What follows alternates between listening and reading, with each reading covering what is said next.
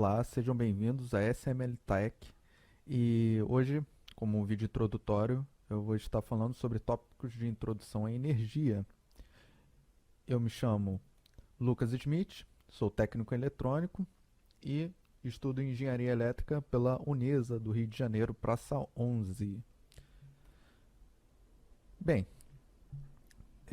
como um primeiro tópico a gente falar sobre energia elétrica, a gente também tem que falar outros tipos de energia.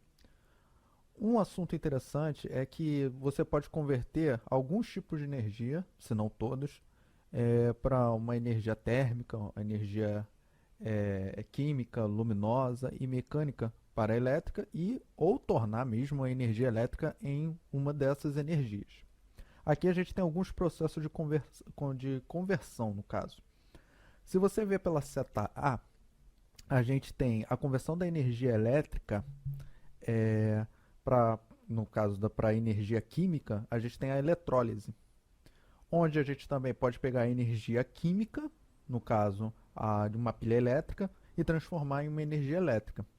A gente pode ver em todos esses modelos, basta simplesmente dar uma pausa aí mesmo, você pode analisar se quiser, é bem interessante vocês verem esse tipo de conversão, até mesmo para você se adequar, né, se assim, por matar curiosidade, digamos assim. Você pode utilizar até mesmo esse esquema com outros tipos de energia mesmo, para fazer tanto a conversão, saber o que ele está convertendo, como ele converte. Isso é interessante.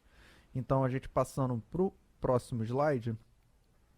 Bem, aqui a gente percebe que simplesmente um fato para a gente converter uma energia mecânica em elétrica, a gente pode pegar simplesmente um dínamo ou um motorzinho, esses motorzinhos que a gente pode encontrar em um motor DC simples, que eles têm uma estrutura, ele tem como se diz, uma armadura, né? Onde você vai gerar uma energia mecânica, girar e gerar, né? E assim, bobinado, imerso ao campo magnético, vai acabar tornando uma tensão induzida em seus enrolamentos, onde que ele vai gerar uma energia elétrica. Eu botei uma fotinha aqui do lado, que eu acho até interessante, que é a turbina de uma usina hidrelétrica. Onde que simplesmente o fato da turbina ela girando, você tem a armadura, o rotor, né, girando imerso a um campo magnético, e esse campo magnético ele acaba transformando em uma energia indutiva na armadura, e essa armadura ela acaba é, praticamente tornando essa tensão, essa energia induzida, né, essa eletricidade induzida, se transformando em uma energia aproveitável, digamos assim. Certo. Outro tópico interessante, eu botei um exemplo aqui, através do processo de transformação de um tipo de energia em outro, é ideal. Isso significa que nem sempre é um ideal, de fato, né? Sempre há energias indesejáveis que são denominadas perdas. Eu botei a lâmpada por quê? A lâmpada incandescente, a ideia, o princípio, era que ela iluminasse através de um filamento de tungstênio. Mas tem algumas energias indesejáveis que são justamente o calor, o efeito Joule gerado pelo filamento. Por ser uma baixa resistividade, ele está imerso a um gás, esse filamento ele acaba esquentando, mas ele não rompe, né? E acaba criando o efeito de incandescência, ele fica incandescente, gerando o efeito luminoso. Só que gerando o efeito luminoso, ele acaba também gerando calor. E assim é uma energia indesejável que não foi programada para ter no projeto da lâmpada em si. Passando mais adiante, bem, a eletricidade é uma forma de energia associada aos fenômenos causados por cargas elétricas. No caso, as cargas elétricas podem estar em repouso ou em movimento. Eu botei um circuitinho ao lado, um simulador que vocês adoram, que é o Proteus, né? Você simplesmente um circuito simples. Você pode ter um circuito constituído, né, que eu utilizei como uma lanterna, uma lâmpada de uma bateria de 12 volts, uma lâmpada de 12 volts e um interruptorzinho. Isso já tem algumas características, algumas grandezas, onde que a gente poderia estar falando da tensão da bateria, a gente poderia estar falando da corrente que passa pelo circuito, né? a resistividade, né, a resistência onde que a lâmpada ela tem a perda, né, o efeito Joule, você tem um contraposto à corrente, vamos dizer, uma oposição à corrente, e o acionamento que seria a própria botoeira. Mas isso vai ser falado mais adiante, eu quero ir bem pausadamente, falando um pouco mais de átomos, falando para a gente ir de fato pegando algumas coisas interessantes ao longo do caminho.